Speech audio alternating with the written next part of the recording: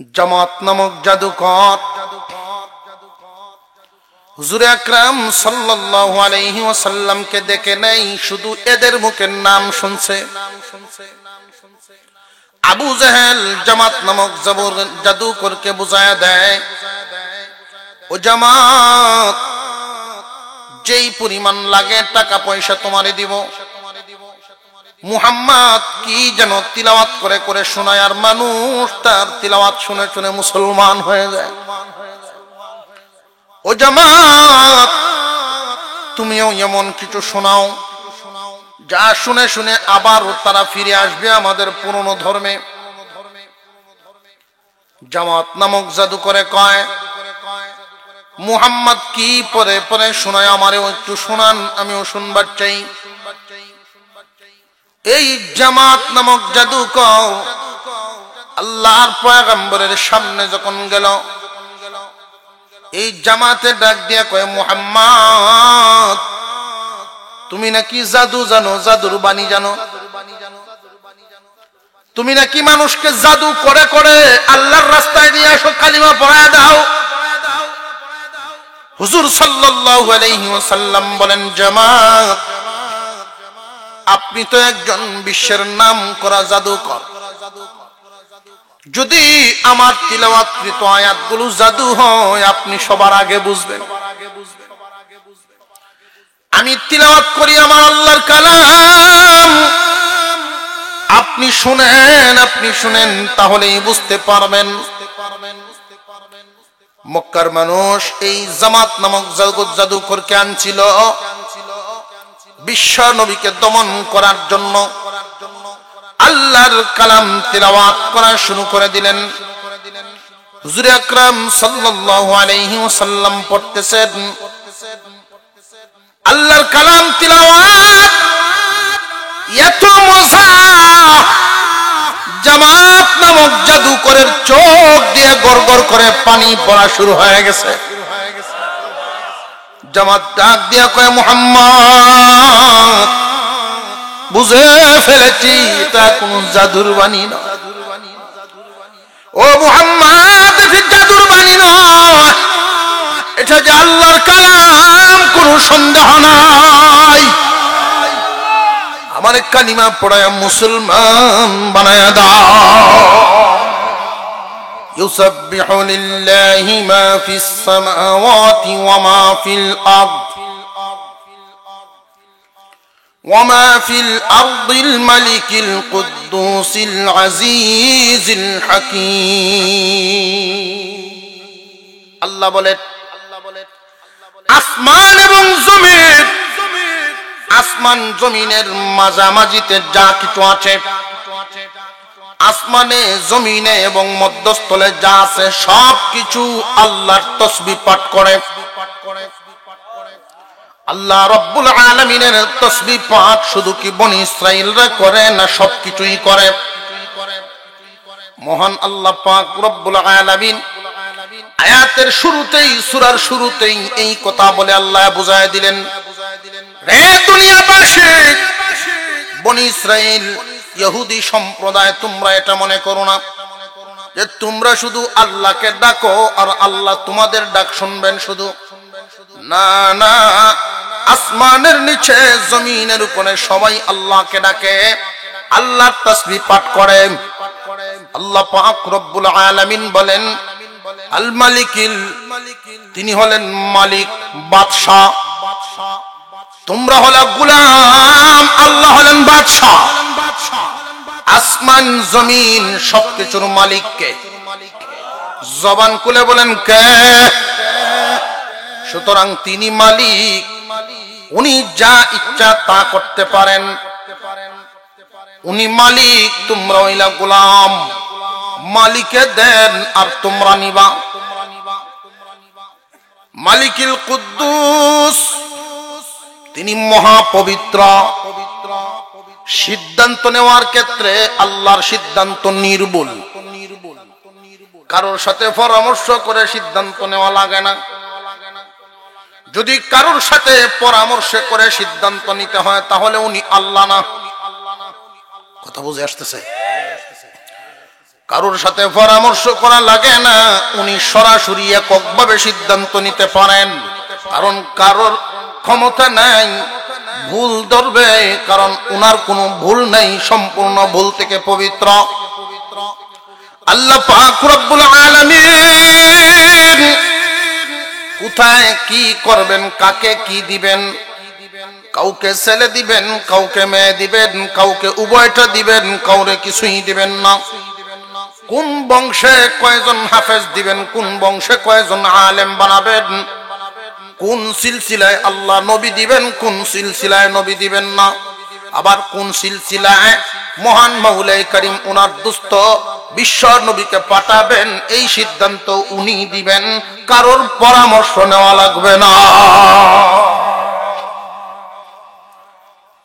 মালিকিল কুদ্দুসিল আজিজিল হাকীম, আজিজ মহাপরাক্রমশালী, মহা ক্ষমতাশালী।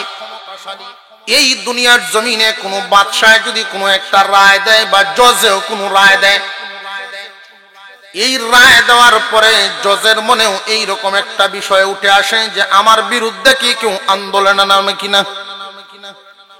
কিন্তু মহান আল্লাহ পাক রব্বুল আলামিন তিনি এমন মহাপরাক্রমশালী, এমন ক্ষমতাবান, উনি যদি কোনো রায় দেন বিরুদ্ধে আন্দোলন করার কেউ নাই।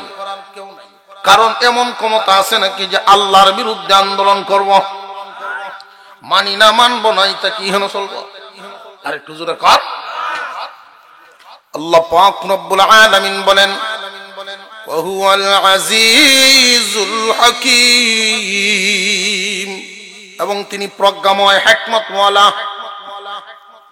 যেমন ক্ষমতাবান এমন বুঝনেওয়ালা, উনি বুঝে শুনেই সিদ্ধান্ত নিয়েছেন তোমরা যদি ইহুদিরা সত্যি আল্লাহ মানো, সত্যি যদি আল্লাহ মানো, আল্লাহর সিদ্ধান্তেই তোমাদের মেনে নিতে হবে, ঈমান আনতে হবে।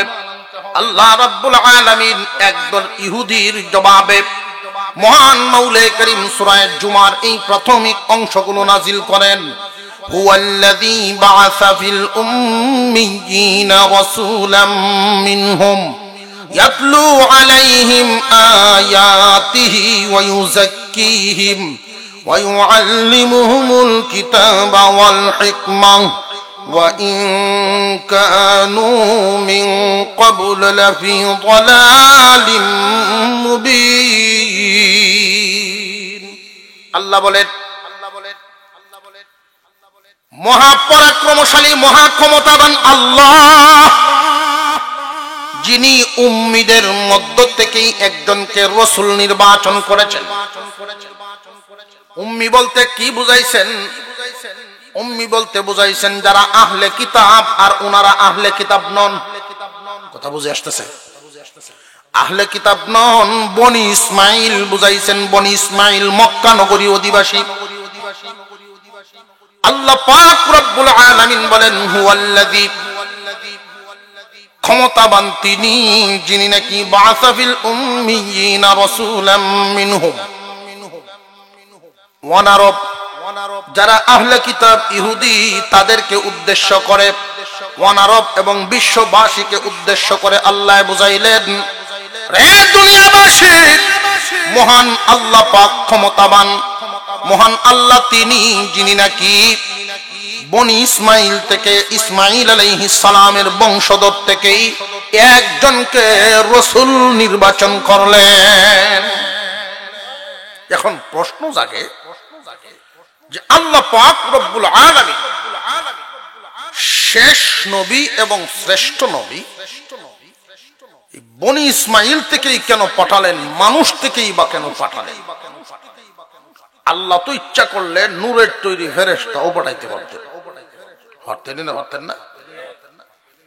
অথবা আগুনের তৈরি জিনও পাঠাইতে পারতেন। মানুষ থেকে, তাও আবার নিজ গোত্র, আহলে কিতাবদের থেকে নয়, আরববাসীরা যারা বনি ইসমাইল তাদের থেকেই একজনকে আল্লাহ রাসূল বানাইছে। এটার কারণটা কি? মুফাসসিরিনে কেরাম বলেন এর কয়েকটা কারণ। এর মধ্যে একটা হলো মানুষ মানুষের রুচি বুঝবে, মানুষ মানুষের রুচি বুঝবে। আল্লাহ যদি জিন থেকে কোন মানুষকে নবী বানাইতেন, জিন থেকে যদি মানুষের মধ্যে নবী বানাইতেন, তাহলে জিনে মানুষের দরদ বুঝতো না। জিন নিজের মতো করে রায় দিব, কইব 40 ওয়াক্ত নামাজ একটা না পড়ন লাগবো কারণ মানুষের দ্বারা সম্ভব? আর হুজুরে কর জিন আইন করে বয়ে থাকবো 500 রেখাত তারাবি পড়ন লাগবো, সম্ভব? মানুষের থেকে আল্লাহ রসুল বানাইছেন এই কারণে মানুষের যেই গুণাবলী, মানুষের যেই অবস্থা, দুঃখ কষ্ট দুর্দশা সুখ দুঃখ সবকিছু মানুষ মাত্র, আর কেউ বুঝে না। কথা বুঝে আসতেছে আপনাদের? একমাত্র মানুষ থেকেই যদি মানুষ নবী হন, মানুষের শিক্ষক হন, তাহলে মানুষের দুঃখ দুর্দশা অবস্থা উনি যতটুকু বুঝবে ফেরেশতাও বুঝতো না, জিনও বুঝতো না।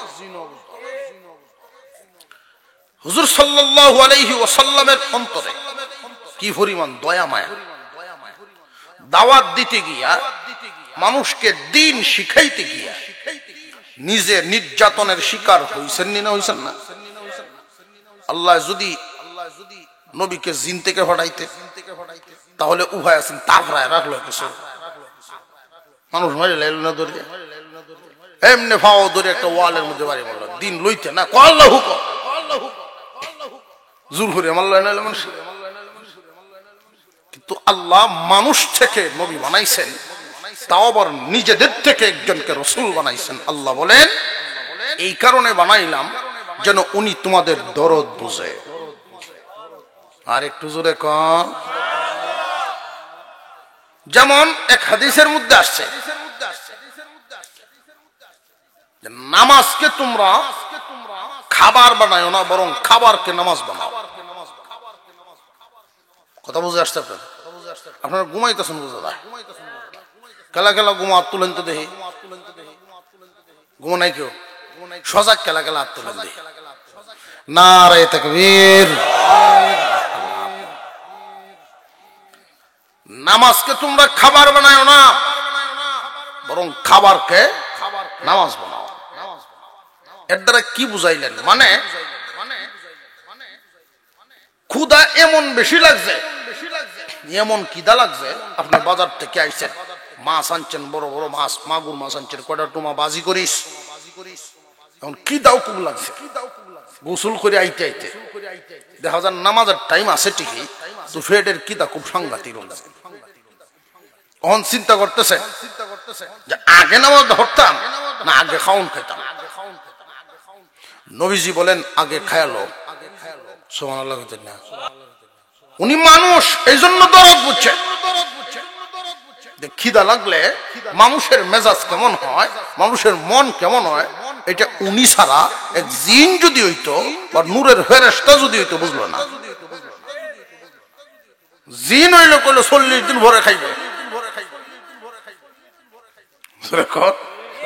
আর ফেরেশতা হইলে কইলো না খাওয়ানি লাগতো না।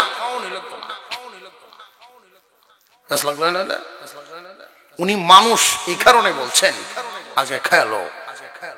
খাওয়ানকে তুমি নামাজ বানাও, তখন খাইতে থাকবো আর নামাজের কথা মনে হতে থাকবো। কথা বুঝে আসছে? আর যদি নামাজ খাওয়ান তুই নামাজও খারাপ হইতো, আল্লাহু আকবার, মাগুর মাছ চোখ বাসলো না, বাসলো না। এই জন্য নবীজি বলেন নামাজকে খাবার বানায় না, খাবারকে নামাজ বানাও। একমাত্র মানুষের থেকে মানুষ হওয়ার কারণে দরদ বুঝতে পারছেন, দরদটা বুঝতে পারছেন। এরকম অনেক বলি, আল্লাহ পাক বলেন হুয়াল্লাযী বাআসা ফিল উম্মিয়্যিনা রাসূলাম মিনহুম ইয়াতলু আলাইহিম আয়াতিহি ওয়া ইউযাক্কিহিম ويعلمهم الكتاب والحكمة وإن كانوا من قبل لفي ضلال مبين আল্লাহ পাক বলেন আল্লাহ তিনি মহা ক্ষমতাবান, যিনি মানুষের মধ্য থেকে অর্থাৎ উম্মিগণের মধ্য থেকে, উম্মিগণ কি বুঝাইলাম যে বনি ইসমাইল, উম্মিগণ বলতে বনি ইসমাইল, তাদের মধ্য থেকেই একজনকে আল্লাহ নবী বানাইলেন। হে দুনিয়ার মানুষ, আল্লাহ পাক রব্বুল আলামিন তাদের থেকে একজনকে নবী বানাইলেন। জন্মের পর থেকে নিয়ে 40 বছর পর্যন্ত এই সমাজেই যিনি বড় হয়েছেন, আদর্শ দেখেছে মানুষ, তার চাল চলন কেমন, উঠা বসা কেমন, আচার আচরণ কেমন, নীতি আদর্শ কেমন, তাদের মধ্যেই আল্লাহ লালন পালন করাইছেন। মানুষের মধ্য থেকেই আল্লাহ লালন পালন করাইছেন, যেন মানুষ দেখতে পারে যে না, আমাদের চাল চলন, আমাদের নীতিরীতি, আমাদের আদর্শ আর উনার চাল চলন, উনার রীতিনীতি, উনার আদর্শ ভিন্ন, উনার চাল চলন উন্নত। আল্লাহ পাক রব্বুল আলামিন উনাকেই রাসূল হিসাবে নির্বাচন করেছেন। কাজ দিয়েছেন 4টা, ইসমাঈল আলাইহিস সালাম এবং ইব্রাহিম আলাইহিস সালাম। আল্লাহ রাব্বুল আলামিনের কাছে দোয়া করেছিলেন, আল্লাহ আমার এই ইসমাঈলের বংশধরের মধ্যে এমন একজন পয়গম্বর দিব গো, যেই পয়গম্বরের 4 কাজ হবে। কয় কাজ? এই 4 দায়িত্ব দিয়া, 4 কাজ দিয়া কিন্তু আল্লাহ অন্য কোন নবী পাঠান নাই। একমাত্র নবী, বিশ্ব নবী রাহমাতুল লিল আলামিনকে এই 4 কাজ একত্রে দিয়া পাঠাইছেন। 1 নাম্বার কাজ, ইয়াতলু আলাইহিম আয়াতিহি, আল্লাহ তোমার আয়াত সমূহ তিলাওয়াত করে করে শোনাইবে। আল্লাহ পাক রব্বুল আলামিন আপনার আমার পয়গম্বরের উপরে নবুয়তি দেওয়ার পর প্রথম যেই কাজটা দিলেন, দোস্ত আমার কালাম শুধু তিলাওয়াত করে করে মানুষকে শোনান। কেন? অন্য কোন বিধান এখনো গ্রহণ করার উপযুক্ত তারা হয় নাই, কোন বিধি বিধান গ্রহণ করার উপযুক্ত এখনো এদের অন্তর হয় নাই। এখন শুধু আপনি এদেরকে তিলাওয়াত করে করে শোনান। এই জন্য ইসলামের প্রথম যুগে বিশ্ব নবী রাহমাতুল লিল আলামিন আল্লাহর কালাম তিলাওয়াত করে করে শোনাইতেন। আর একটু জোরে কর না সুবহানাল্লাহ। আল্লাহর কালামের তিলাওয়াতের আসর আছে না নাই? হুজুর সাল্লাল্লাহু আলাইহি ওয়াসাল্লামের 1 নাম্বার কাজ, নাজিলকৃত যে কোরআন, এই কোরআন তিলাওয়াত করে করে শোনানো। এই কোরআন যখন নবীজি তিলাওয়াত করতেন, এত আসর মানুষের মধ্যে, কোরআন শুনে শুনে মানুষ দলে দলে মুসলমান হওয়া শুরু হয়। আবু জেহেল, আবু লাহাব, উতবা সাইবা এরা নিষেধ দিছে, সাবধান, মুহাম্মাদের উপরে নাজিল হওয়া আয়াত সমূহ যখন তিলাওয়াত করে, এই তিলাওয়াত শুনতে কেউ যাইবা না, নিষেধ দিছে। বরং রাতের বেলায় যখন বিশ্বনবী ঘরের ভিতরে আল্লাহর কালাম তিলাওয়াত করতেন, এত মধুর, এত মজা, এই তিলাওয়াত শোনার জন্য মানুষ দূর থেকে এসে বেড়ার সাইডে দিয়ে কান লাগায় রাখত। আল্লাহ বলেন, ইয়াতলু আলাইহিম আয়াতিহি ওয়া ইউযাক্কিহিম, তিলাওয়াত করেন, আমার কালাম তিলাওয়াত করে শোনাইতে থাকেন, অন্তর সাফ হয়ে যাবে।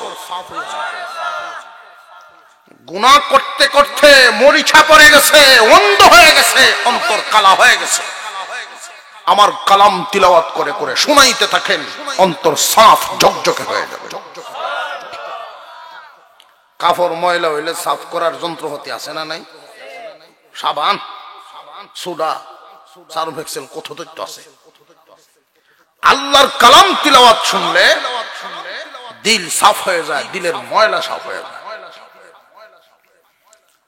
আবু জাহেল, আবু লাহাব, উতবা সাহেবার নিষেধ দিল, সাবধান, তিলাওয়াত করতে পারবো না, তিলাওয়াত শুনতে পারবো না। রাত্রে গভীর রজনীতে আবু জাহেল মনে মনে কয়, যেই করা বাসন দিছি একটাও উঠতো না জগমত, যেই করা বাসন দিছি 10,000 টাকা জরিমানা করছি, কেউ করতে পারিত না। আমি গোপনে একটু শূন্য এভরি এই চূড়া বাইরে সে করতে শুনতো। আবু সুফিয়ানে কয়, আমার মাথার যেই বুদ্ধি আর যেই চালাকি একটাও তো বোঝা বোঝে না, আমি যাই। এইভাবে কয়েকজন নেতা, শুধু লিডাররা, আল্লাহর কালাম তিলাওয়াত শোনার জন্য বিশ্বনবীর জবান মোবারক থেকে শুনবে বলে নবীজির ঘরের আশেপাশে তারা আসা শুরু হইল। যখন কান লাগায়া শুনে, এমনি আরেকটা দেখেছে, আবু সুফিয়ান আর আবু জাহেল যখন মুখোমুখি হয়ে যায়, একজন আর একজনের দিকে তাকায় রয়েছে। তুমি এনো কিতা, তুই এনো কে লাগি নাই, আমরা না ওই যাইতাম না। আবু জাহেল কি বুকা না বাটপার? বাটপারে কয়, আমি চেক করতাম আইছি, তুই আইসস নাই। আমি চেক করতাম আইছি, তুই নিয়ে আইসস। আমিও তুই এই উদ্দেশ্যে আইছি, আইসি যখন তো লও শুনলে লাই না, শুনলে মাথা ঘুরতে থাকে, লজাই গিয়ে এত মজার তিলাওয়াত, আল্লাহর কালামের তিলাওয়াত শুনে শুনে মানুষ দলে দলে মুসলমান হয়ে যাচ্ছে। আল্লাহ বলেন, ইয়াতলু আলাইহিম আয়াতি। পরে এক সময় সিদ্ধান্ত নিল, মুহাম্মদ যা কয়, কি ছন্দ মিলানো। দেখবেন কোন সূরার আয়াতগুলো যখন দেখবেন, প্রত্যেকটা আয়াতের শেষ অক্ষর যদি নুন হয়, শেষ পর্যন্ত সবই আয়াত নুন আর নুন, নুন আর নুন। আছে না নাই? বিশ্বের নাম করা একজন কবি, নাম করা একজন লেখককে তারা আনলো। মুহাম্মদ যেই ছন্দ মিলায়া পড়ে, এইভাবে ছন্দ মিলায়া আমাদের একদল মানুষকে আপনার শুনাইতে হবে। অনেক চেষ্টার পরে জামাত নামক একজন লোক আনছে, সে জাদু জানে, আবার কবিতাও লিখতে জানে। জামাত নামক জাদুকর হুজুর আকরাম সাল্লাল্লাহু আলাইহি ওয়াসাল্লামকে দেখে নাই, শুধু এদের মুখের নাম শুনছে। আবু জাহেল জামাত নামক জাদুকরকে বুঝায়া দেয়, ও জামাত, যেই পরিমাণ লাগে টাকা পয়সা তোমারে দিব। মুহাম্মদ কি যেন তিলাওয়াত করে করে শোনায়, আর মানুষ তার তিলাওয়াত শুনে শুনে মুসলমান হয়ে যায়। ও জামাত, তুমিও এমন কিছু শোনাও যা শুনে শুনে আবার তারা ফিরে আসবে আমাদের পুরনো ধর্মে। জামাত নামক জাদুকরে কয়, মুহাম্মদ কি পরে পরে শোনায়, আমারও একটু শোনান, আমিও শুনবার চাই। এই জামাত নামক জাদুকর আল্লাহর পয়গম্বরের সামনে যখন গেল, এই জামাতে ডাক দিয়া কয়, মুহাম্মদ, তুমি নাকি জাদু জানো, জাদুর বাণী জানো, তুমি নাকি মানুষকে জাদু করে করে আল্লাহর রাস্তায় নিয়ে আসো, কালিমা পড়ায় দাও। হুজুর সাল্লাল্লাহু আলাইহি ওয়াসাল্লাম বলেন, জামাত, আপনি তো একজন বিশ্বের নাম করা জাদুকর, যদি আমার তিলাওয়াতকৃত আয়াতগুলো জাদু হয়, আপনি সবার আগে বুঝবেন।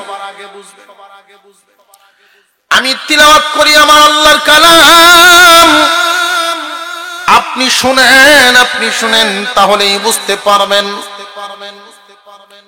মক্কার মানুষ এই জামাত নামক জাদুকরকে আনছিল বিশ্ব নবীকে দমন করার জন্য। আল্লাহর কালাম তিলাওয়াত করা শুরু করে দিলেন। হুজুর আকরাম সাল্লাল্লাহু আলাইহি ওয়াসাল্লাম পড়তেছেন,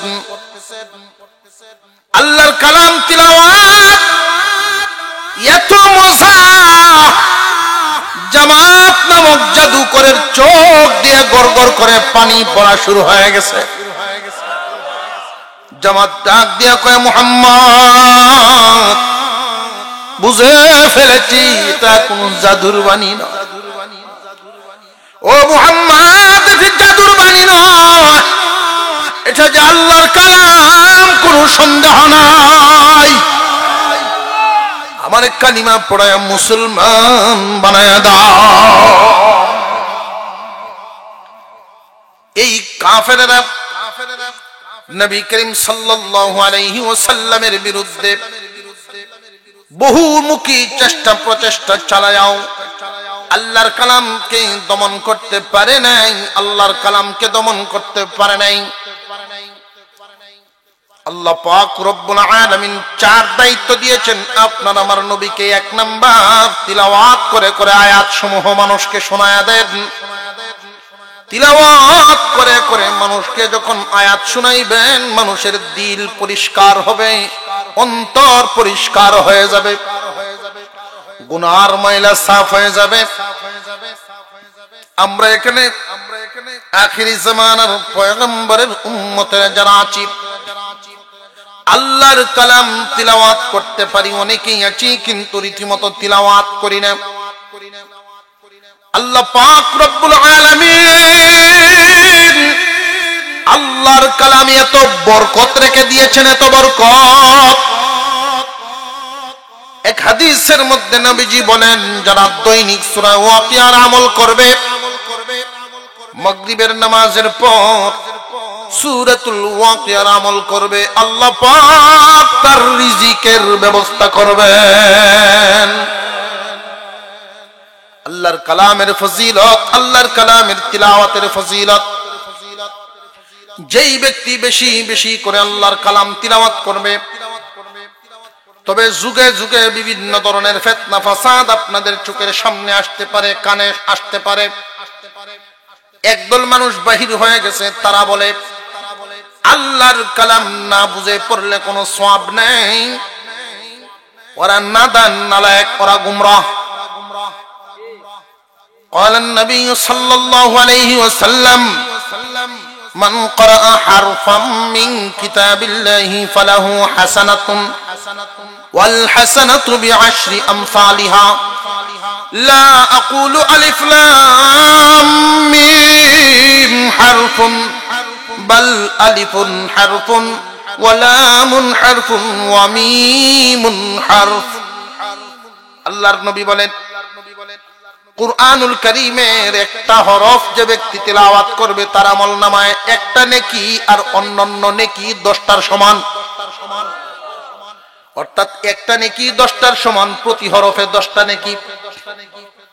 আল্লাহর পয়গম্বর বলেন, আমি এই কথা বলছি না যে আলিফ লাম মিম একটা হরফ, বরং আলিফ একটা হরফ, লাম একটা হরফ, মিম আর একটা হরফ। আলিফ লাম মিম 3টা হরফ, 30টা নেকি আমলনামায় জমা হয়ে যায়। আল্লাহর পয়গম্বর এত উদাহরণ থাকতে এই শব্দ দিয়ে উদাহরণ কেন দিলেন? কুরআনুল কারীমের ভিতরে কিছু শব্দ আছে, কিছু হরফ আছে,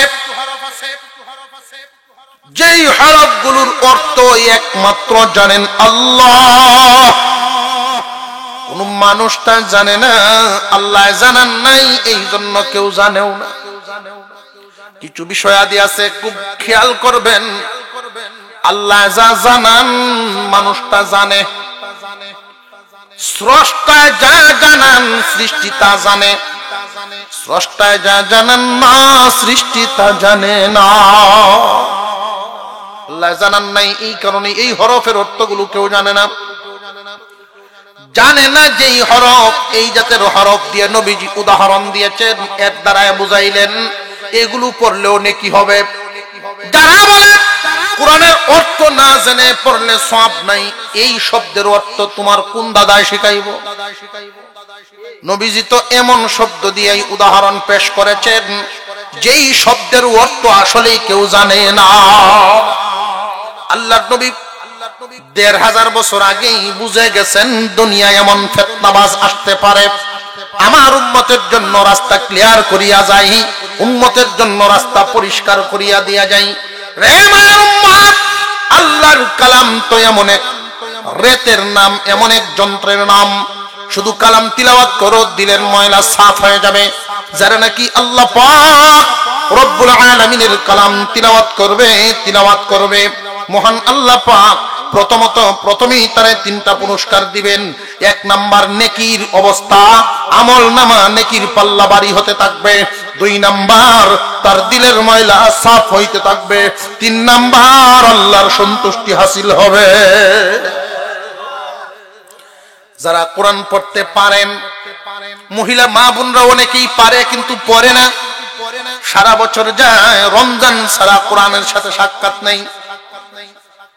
কত নাদান হয়ে গেলাম, নালায়েক, বছরে ২-৪টা খতম পর্যন্ত দিতে পারি না। অথচ আল্লাহর কালাম কিয়ামতের দিন বান্দার জন্য আল্লাহর কাছে সুপারিশ করবে। সন্তানকে আল্লাহর কালাম শিখাইবেন। কুরআনুল কারীম যদি সন্তানকে শিখাইতে পারেন, মরলে এই সন্তান আপনার জন্য দোয়া করবে। আমাদের মুরব্বীরা বলতেন, ক্ষেতের মতো একটা ক্ষেত, যদি বছরের খোরাক যায়, আর পুতের মতো একটা পুত, মরলে যদি হাত উঠা। হুজুর সাল্লাল্লাহু আলাইহি ওয়াসাল্লামের 4 কাজ। ১ নাম্বার, ইয়াতলু আলাইহিম আয়াতিহি, তিলাওয়াত করে করে শোনাইতেন আল্লাহর কালামের আয়াত সমূহ। ওয়া ইউযাক্কিহিম, মানুষের দিলের ময়লা সাফ করতেন। অন্তরের চিকিৎসক ছিলেন, অন্তরের চিকিৎসা করতেন। ওয়া ইউআল্লিমুহুমুল কিতাব, কিতাবের ইলম অর্থাৎ কুরআনুল কারীমের ব্যাখ্যা বিশ্লেষণ মহান মাওলাই কারীম বিশ্ব নবীর মাধ্যমে শিখায়া দিতেন, ইলম শিক্ষা দিতেন। ওয়াল হিকমা, পদ্ধতি শিক্ষা দিতেন। কুরআনুল কারীম তিলাওয়াত করে শোনাইতেন, মানুষের দিল সাফ করতেন, হাদিস বর্ণনা করেছেন। 4 নাম্বার, হিকমত শিক্ষা দিয়েছেন। মুফাসসিরিনে কেরাম হিকমতের অর্থ করেছেন কয়েকটা, এর মধ্যে একটা অর্থ হলো এমন জীবন পদ্ধতি শিক্ষা দিয়েছেন যেই জীবন পদ্ধতি আল্লাহর কাছে পছন্দের, এমন জীবন পদ্ধতি শিক্ষা দিয়েছেন যেই জীবন পদ্ধতিটা আল্লাহর কাছে বড় পছন্দের হয়। এই জন্যই তো সুন্নত বলা হয়েছে। নবীজির খানার সাথে যদি তোমার খানার মিল হয়ে যায়, নবীজির ঘুমের সাথে যদি তোমার ঘুমের মিল হয়ে যায়, নবীজির লেনদেনের সাথে যদি তোমার লেনদেনের মিল হয়ে যায়, তাহলে তোমার 24টা ঘন্টায় ইবাদতে শামিল হয়। হুজুর সাল্লাল্লাহু আলাইহি ওয়াসাল্লামের মাধ্যমে আল্লাহ এমন এক দ্বীনের আবির্ভাব ঘটাইলেন, যেই দিন, যেই ধর্ম কঠিনও না, একবারে পানির মতো সহজও না, মধ্যম পন্থায়।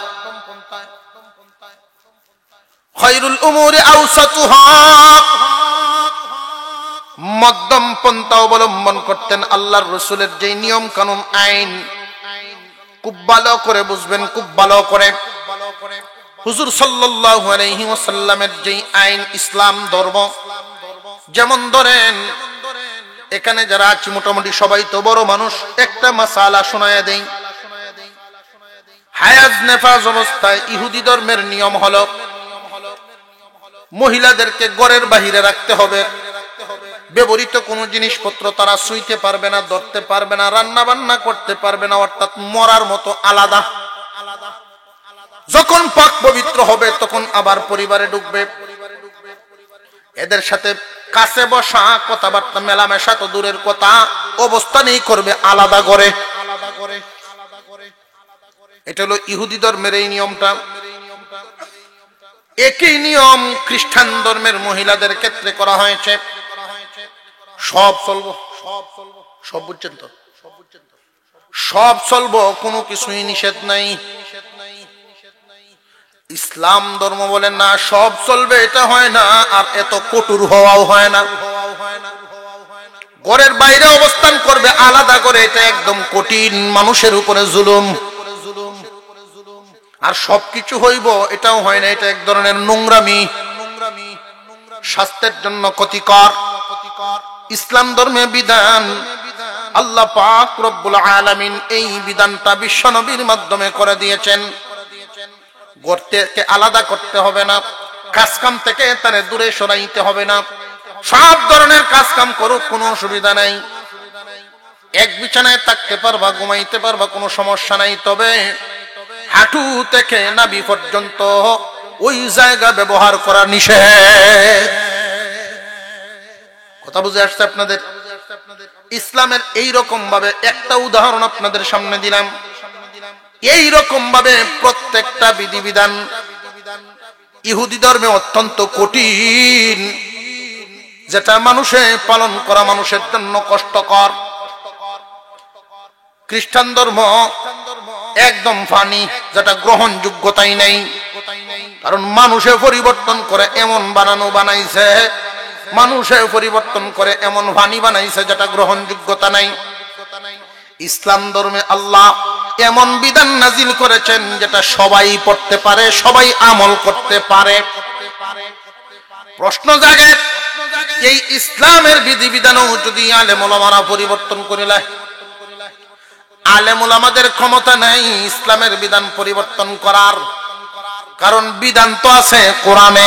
বিধান কোথায়? কোরআন পরিবর্তন করা যদি সম্ভব হইতো, তাহলে বিধান পরিবর্তন করা সম্ভব হইতো। আল্লাহর কোরআন কেউ পরিবর্তন করতে পারবে না। প্রশ্ন করতে পারেন, তৌরাত ইনজিল পরিবর্তন কেমনে করছে, তাহলে কোরআন পারবে না কেন? যে ভাই, কোরআন না পারার কারণ হলো তৌরাত এবং ইনজিল নাজিল করেছেন আল্লাহ, কিন্তু জিম্মাদারি গ্রহণ করেন নাই। নাজিল করেছেন আল্লাহ, কিন্তু জিম্মাদারি গ্রহণ করেন নাই। আল্লাহর কালাম আল্লাহ নাজিল করেছেন, হেফাজতের জিম্মাদারিও গ্রহণ করেছেন। ইন্না নাহনু নাযালনা যিকরা ওয়া ইন্না লাহু লাহাফিজুন। আল্লাহ বলেন, কোরআন নাজিল করেছি আমি, আর ইহার হেফাজতের জিম্মাদারিও গ্রহণ করলাম আমি। আল্লাহ যেন সারা জিন্দেগি কোনো না কোনো ভাবে এই কোরআনের সাথে আমাদেরকে সম্পৃক্ত থাকার তৌফিক দেন, বলুন আমিন। এই যে মাহফিল, 23তম মাহফিল সংগঠিত হচ্ছে, এই মাহফিল এর ধারাবাহিকতা ঠিক থাকুক, উলামায়ে কেরাম এলাকায় আসা যাওয়া করুক, কোরআন হাদিসের কিছু সহিহ কথা আপনারা শুনেন। এটা চাই কি চাই না? মাহফিল চালু থাকুক, আমরা চাই কি চাই না? প্রতি বছর একদল লোক খাদিমুল ইসলাম যুব সমাজ কল্যাণ সংস্থা, এই সংস্থার কিছু সাথী ভাই, তারা বড় ক্লান্ত মেহনত করে দেশ বিদেশে ছড়ায় ছিটায় আছেন, যাদের সকলের সহযোগিতায় এই মাহফিলটা হয়, আপনাদের সকলের সহযোগিতা। তো উনারা আগামীতেও যেন এই মাহফিল করতে পারেন, ওনাদেরকে সাহস জুগিয়ে দেওয়ার জন্য আমাদের এই মাহফিল থেকে আমরা কিছু করণীয় তো রাখি। আমাদের কিছু করণীয় আছে, তাদের জন্য কিছু করা দরকার। আমরা অন্তত তাদেরকে একটা সাহস জুগাই যে ইনশাআল্লাহ ইসলামের এই কাজটা আপনারা চালু রাখবেন, আমরা আমাদের সর্বাত্মক চেষ্টা করে আপনাদের সাথে শামিল আছি। আল্লাহ আপনাদেরকে বরকত দিবেন। আমি এক নাম্বার একজন মানুষ চাই, যিনি 2000 টাকা আগামী মাহফিলে, এবছর না আগামী বছর যদি এখানে মাহফিল হয়, 2000 টাকা দিয়া এদের এই কাজটার সাথে সকল খরচের মধ্যে আপনি 2000 টাকা দিয়ে শামিল রইলেন।